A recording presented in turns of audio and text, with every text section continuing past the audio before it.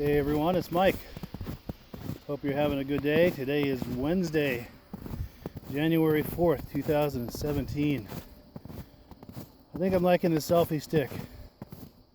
What do you think? Like I said, I usually prefer to keep my face out of it, but something different. We'll see how it goes. That actually coincides with the theme I had for today. The whole reason I do these walk and talk things is, I don't know about you, but whenever I go for a walk or do physical activity, it really gets my thoughts going and gets clarity on some of these thoughts in my brain, and I really like to talk about it. But if I'm out here by myself, there's no one to talk to. I could talk out loud and to the air, but someone would just think I'm insane and throw me in a van and up in a padded room somewhere. So if I'm doing this, looks like I'm doing something productive, and there's an explanation for it. So the padded van just passes me by. But with the changing of the new year, beginning of new year 2017, all kinds of symbolic stuff there about new beginnings and everything, and makes you think about time and change and memories and just all of that stuff, and the thoughts that we have about the future, our thoughts and plans and goals and dreams. Looking back and thinking forward. For all you Rush fans out there, I'm going to talk about a Rush song and some Rush lyrics while the rest of you groan, because that's what non-Rush fans do. But who knows, maybe I'll turn you onto it. You never know. The drummer and lyricist of Rush, change is a common theme in his lyrics, and he's kind of a modern day 20th century, 21st century philosopher. So change is a common theme in his writings. Thinking about a particular song called Between the Wheels, came out in 1984 on the Grace Under Pressure album. He uses wheels as a metaphor for time and for change and what that is for each of us. He talks about the wheels of time, how these can be wheels that transport you forward, or these can be wheels that crush you. And I recognize the truth in that. I don't know about other people, but for myself, I don't see it as an either or scenario where I've either been crushed by the wheels or the wheels have transported me forward. And there's nothing in between.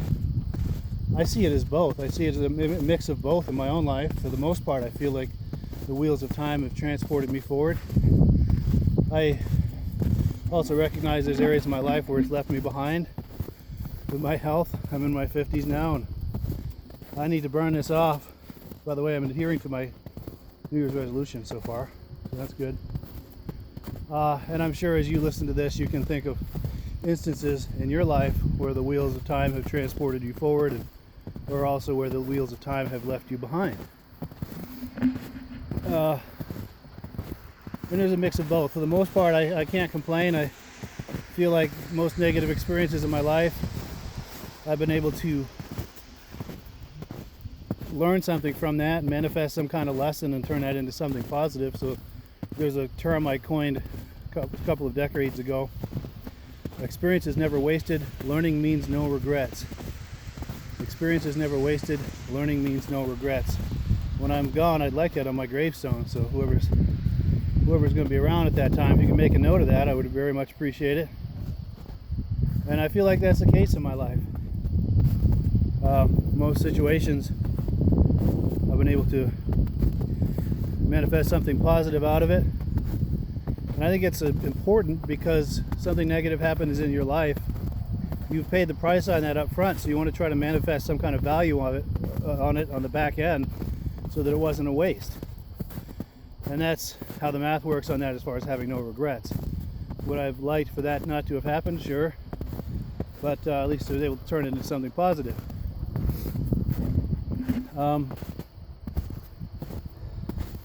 Where else was I going to go about that? Time and change.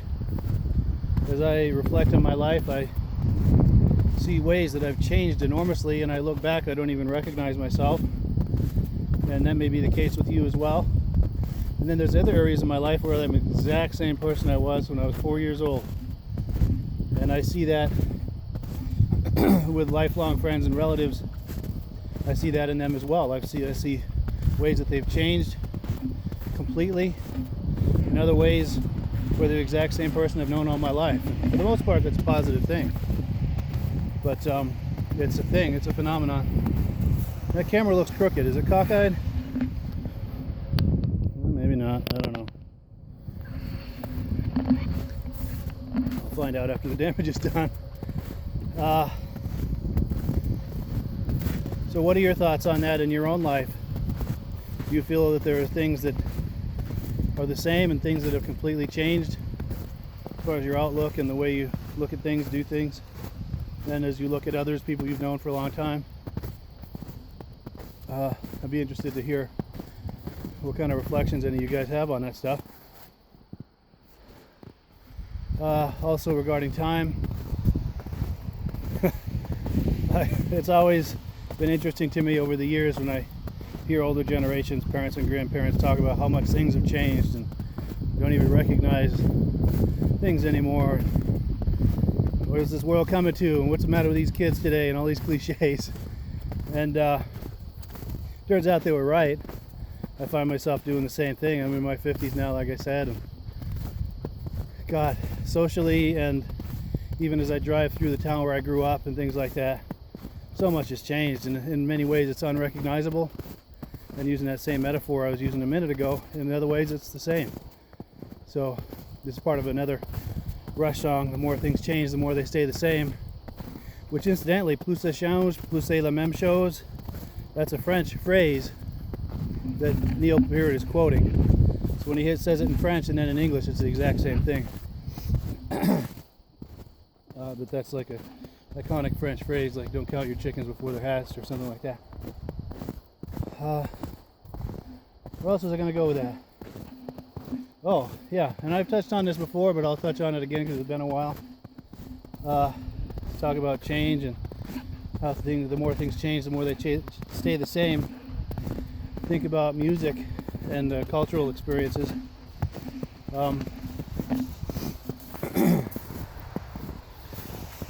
I talk about the rock crisis and the rap crisis. When I was growing up in the 70s, I grew up on rock and roll. Rock and roll is my foundation. I like my classic rock. I like a lot of other genres as well, but that is my foundation. I grew up on that. My parents were just old enough that they weren't into it, but just young enough that they weren't freaked out by it. So that worked out pretty good. But my grandparents, on the other hand, was a very different story. For them, rock and roll was a crisis bordering on apocalyptic. They were thoroughly freaked out by rock and roll and everything that came with it. Now, what came with rock and roll was brought recreational drugs into the mainstream, brought a kind of a casualness in people's dress and appearance, free love, and kind of a loosening of morals, which you can debate the pros and cons of that, but it is what it is. But the big one, I think, is that rock and roll brought recreational drugs into the mainstream. That's still open, by the way. What's going on with that? I'm not going to mess with it, but... And that's one of the negatives that came with rock and roll. And not every song was about recreational drug use, but there were plenty of them, and it was part of that movement. And I think a big part of why the older generation regarded it as a crisis. And then, of course, the way people were dressed. You look at like the 50s and the early 60s, everyone was wearing slacks and shirts with a collar, short haircut for men, and modest outfits for women. And by the late 60s, that had all changed. Everyone was wearing jeans and t-shirts. Men were wearing their hair long, and let's just say the women's clothing was a lot less modest. There's pros and cons with all of that. That's not what I'm here to talk about. But it changed the social landscape forever. There's no turning back once that genie's out of the bottle. And that's where I'm going with talking about the rock crisis and then transitioning into the rap crisis. I've always called it the rap crisis and thought of it as that because I'm an old fart. I can't relate to any of that. It's not my generation. It's excruciatingly devoid of any kind of musicianship with anything that I've heard, and I don't seek it out, so I haven't heard all of it. If you're aware of some that has interesting musicianship, I'd love to hear it. And then also the lyrics. I've not heard much in the way of socially redeeming lyrics.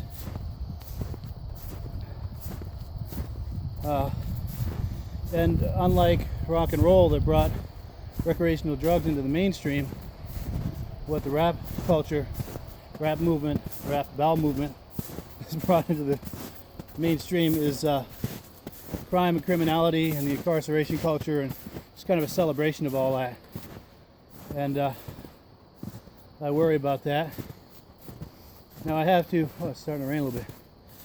I have to clarify that not every song, not every rap song is about that any more than every rock song is about recreational drugs.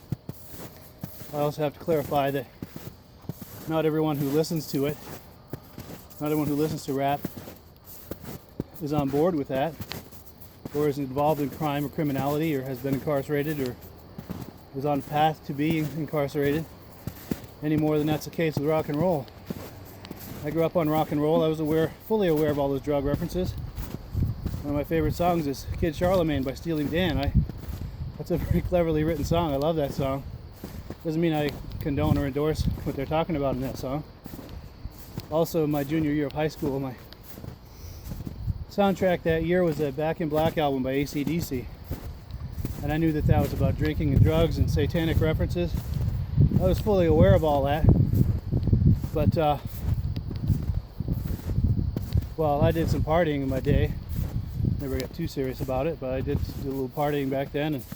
But as far as the kind of like the so-called satanic content in those songs, I was aware that that was there, but it never compelled me to seek that out, or it never created any kind of curiosity. So whether it's rock or rap, it is what you make it, I think. But it has changed. Both of those phenomenons, both of those movements have changed the cultural landscape. Some will say irreparably. Some it's a mix of both.